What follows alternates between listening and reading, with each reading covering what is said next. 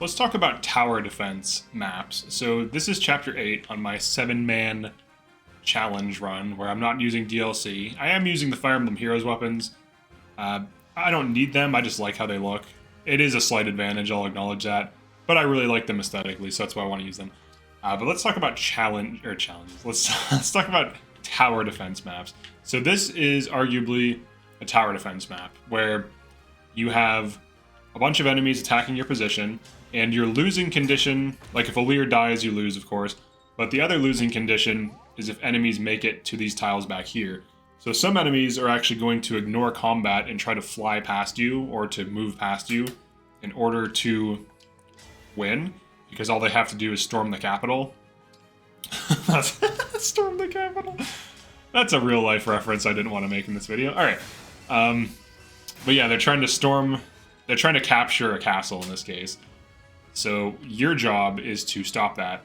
Now, if you can stop that, you win, right? Like the whole point is defending a position, essentially, if we were to convert it into an objective, right? Like you're defending a position. So you have to hold out. And that is a reference I'm fine with making, a holdout reference. So you have to hold out, you have to kill the enemies. There are incoming enemy vehicle! Incoming enemy vehicles, and you have to stop them. Okay, so that is like the premise, right? Now, what is this? How does this affect gameplay? So on most Fire Emblem maps, you're going to be attacking a position, and in some cases you will be defending. I would argue attacking maps are more common than defending maps. We didn't. I was hoping she'd get the dodge. Now she's gonna get comboed. I don't think she'll die though. Chloe should be able to survive this. Yeah, because those guys are quite weak. Maybe that axe kills her. I don't know. We'll see. All right, he can't hit her. Yeah, unfortunately, she didn't get the dodge. But usually you're attacking, so it mixes up the gameplay. It's like it's almost like a different game mode. Like if you ever played like a fighting game or something, or not a fighting game, maybe like a beat 'em up game or some kind of like side scroller, and all of a sudden you're in like a vehicle like shooting things for a map. Like it's kind of like that, where it just changes the dynamics of what's going on. And usually it's interesting. You know, it's extra. It's like extra content, right? It's something new, something different. So I would say it's like welcomed. I prefer when games have some kind of extra thing in them. When they're just like the same thing over and over again, it's, you know, it can get repetitive. But Fire Emblem, especially Engage, does a really good job of mixing up the gameplay and giving you, you know, new challenges, new scenarios where you have to think about what you're doing, and of course adapt. So one thing I should have done is put Micaiah on Fram so she can AoE heal, but whatever. we'll deal with this. All right, so this sword guy is gonna hit me, so I can use a heal here, vulnerary. All right, so we've established it's a different type of thing. It changes the dynamic of the particular battle you're on. And what else does it do? Definitely enables enemy phase builds. So if you have a build that favors enemy phase, it's definitely much stronger on these types of maps because you don't have to actively seek out killing the enemy. All right, he unfortunately missed his crit, but if he dies, I'm actually fine with that. just throwing that out there. So enemy phase builds do best when the enemy's attacking you, and usually you have to either provoke that or put the unit in a situation where there's high enemy density and they're kind of like plugging a hole or blocking some kind of enemy formation from advancing. So if you want to have... That's a pretty lucky crit there. If you want to have the most optimal use of enemy phase units, defensive maps are definitely their bread and butter. Let Amber die on purpose. Sorry, I've been letting people die in this playthrough, and it just amuses me. I just literally just let a ton of people die for literally no reason. Just because I can, because it's a 7-man, so it doesn't matter, it's inconsequential. But... Here, let's kill this guy. But enemy phase builds are really strong in this game in general, so a map that enables them is pretty cool. However, this map is pretty early, this particular map, so it's not going to be, you know, a good example like early on, you can't really build enemy phase builds out too effectively. Alright, so I'm gonna pop here to get this extra healing from killing dudes. Alright, let's see. Let's do... Alright, so I'm actually healing here. But I'm not killing him. Yeah, there's like a problem. I break and kill him. I'm trying to get health though. Alright, never mind, I just crit him. I just crit him outright. Alright, so it enables enemy phase builds. It can be fun to run these types of builds. But that's like one thing that you get by doing enemy phase, or I'm sorry, by doing these tower defense maps. Alright, so what else do these tower defense maps change? They change a lot, right? They change your life. No, they force more defensive play. So for example, right now there's a lot of enemies approaching. So if I want to be aggressive, there's more of a risk to doing so, because the more I reach my units, the more I push my units out, the more risk they're in. Like even leaving Anna here, killing that definitely helps, but even just leaving Anna there, there's some risk involved. Doing something like this, there could be some risk. So like I want to kill this guy, get rid of that wind weakness, and I'm using Sigurd to reposition here. Send wind away.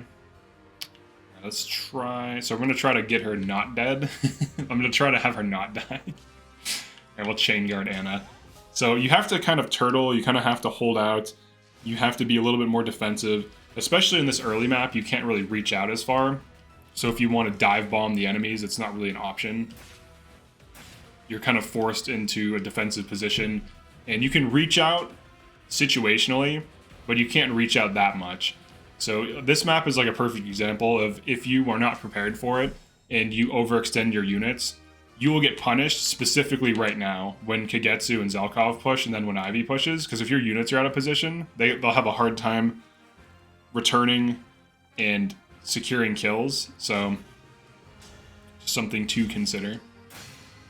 So it definitely punishes aggression. And I remember some Sacred Stones maps where there are like a ton of enemies.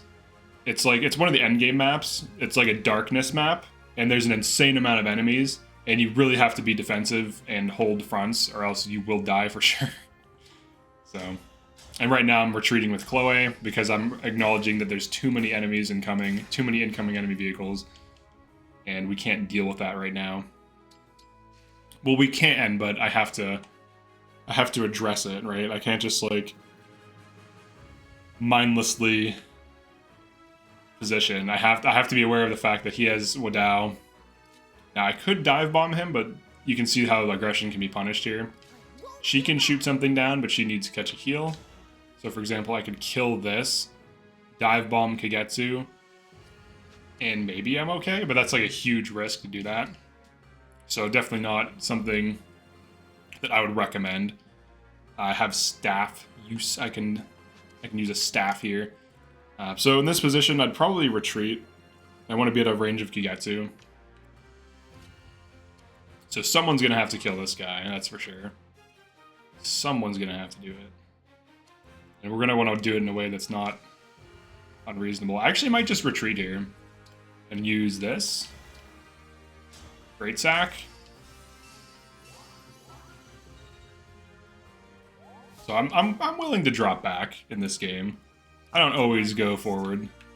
So I can go into this position, and I can kill this guy. So I'm repositioning, healing, trying to hold on. Now I do have fewer units than I would normally, but it still is the case that I would not put these units near like 5 enemies. I could still die. Like even though my units are over leveled a little bit, I can still die from some of these enemies. This I'm actually going to probably hold off. Oh no, he's broken. Alright, so I'll hit him. Some chip damage there. Then we'll wait for the bosses, and we're going to dive bomb. You know, I'm going to one-round Kagetsu with Lodestar. So you can see how the maps, even though I have some really strong units like Chloe here, I'm still forced into a defensive position. And I still need to be careful with where my units are. Otherwise, I'm going to get dive bombed by like 10 things. So that's definitely a consideration. Alright, so let's Lodestar rush this man. Can I do it with Mercurius? But I can. Hell yeah. Get that extra XP. Yeah, because that dude is a crit machine. He usually doubles as well, so he can easily one-round you. So you have to respect him. And if you don't, you're a fool. Okay, so what else is there about these maps?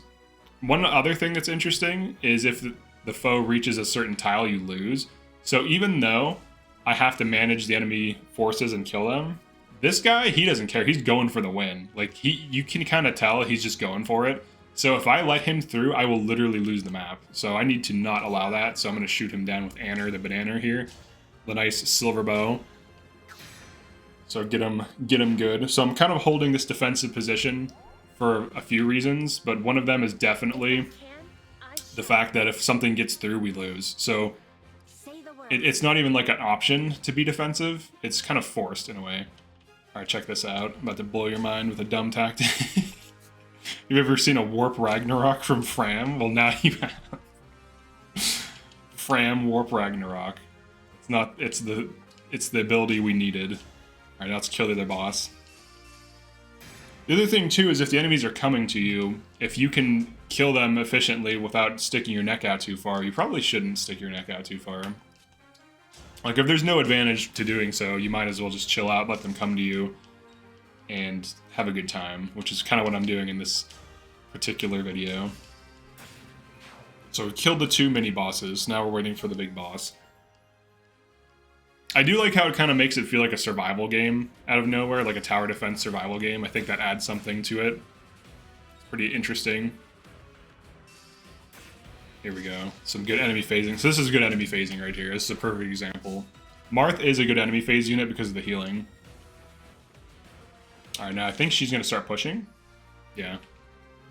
So the boss pushes you. That's also another difference between these things. Now, what I could do, if I kill this, I can start building up meter, or I can go to try to grab an orb.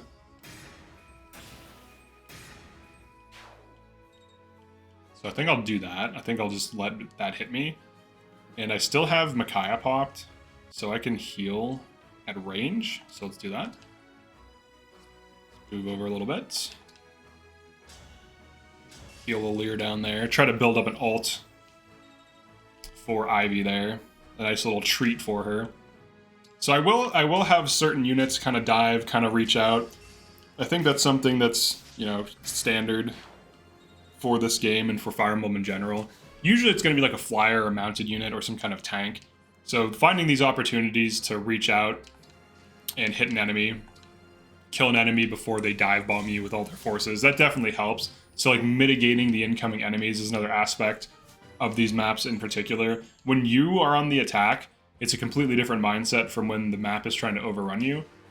So I would say that is more so the case on these maps than in baseline maps where you're just attacking and sometimes they counter push you, like counter attack in small groups. This, like in this situation, the entire map is trying to kill me at all times, which is true of every single paralog, or not paralog, every single skirmish in this game. All the skirmishes just dive bomb you immediately. It's kind of funny, actually. They just want to kill you badly. Alright, so here's Ivy.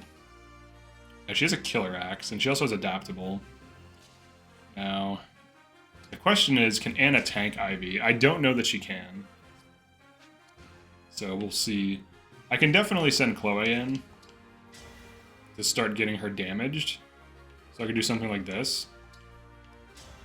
Let's override. There's a big override in here. Chloe might be able to straight up duel Ivy. I can get a health bar off. That's a level up as well, I'll take it. Now I do need to be concerned about Ivy just critting someone with a killer. So that's something I need to kind of worry about. That's definitely a concern, I would say. And then a Lear. She shouldn't use the killer axe on a Lear because a Lear has a sword. And adaptable should prevent that. I believe. I could be wrong, but fairly certain. Alright, Alright, now we're gonna body block this guy. Let's hit him with the good old Seraphim. Some chip damage. So right now I'm creating a blockade, so he has to go this way. Then you should heal yourself. So you have to kind of manage the dudes that are just trying to like get past your defense. Ooh, that's bad. That actually might be lethal if she hits me. We'll see. I might be strong enough, we'll see. Okay, she's going for Anna. Okay, Anna did not get crit. Perfect. Yeah, look at that, they're almost through. But if I kill Ivy, I win. So now I'm in this situation where I have to dive bomb Ivy. I'll manage. As long as I can kill her. Looks like I can't. Alright, so I can kill her, so I'm going to grab this Dex book. Dex books are nice, you want those. So then another aspect that I did want to talk about is sometimes there's items. So like right now I'm kind of being baited into getting these items. And on certain maps there's like chests. So like you'll be on a defensive map, it'll be a darkness map or just a general map, and there will be thieves in chests, like that whole thief chest situation going on. And you'll want to get the chest because, you know, it's free item. Like why would you not want a free item? You want that free item, but it's not really free because it's kind of dangerous to pursue. All right, so here's the play here. Anna, or whatever's the highest level thing, she will kill. All right, so in this case, everything's level 11. So she will shoot this. All right, so there's that. And right now I'm trying to milk the map for XP because you can't really farm these maps. Like the win condition is right there. The win condition is attacking me. So I'm kind of in a position where, do I let Ivy potentially roll lethal crits on me, or do I finally just kill her? So you don't have that much time. Time is, essentially this is all about like time pressure. All right, let's see if we dodge this. Nice. All right, and there it is. So we used our power carries. I was basically in this, along these ramparts the entire time, using the ballista, repositioning. My units didn't move much. That's a tower defense map. And that's also the end of this chapter for my 7-man run, so thanks for checking this out. I will see you in the next one. Definitely like and subscribe, and drop a comment as to how you feel about tower defense maps, and I'll see you in the next one.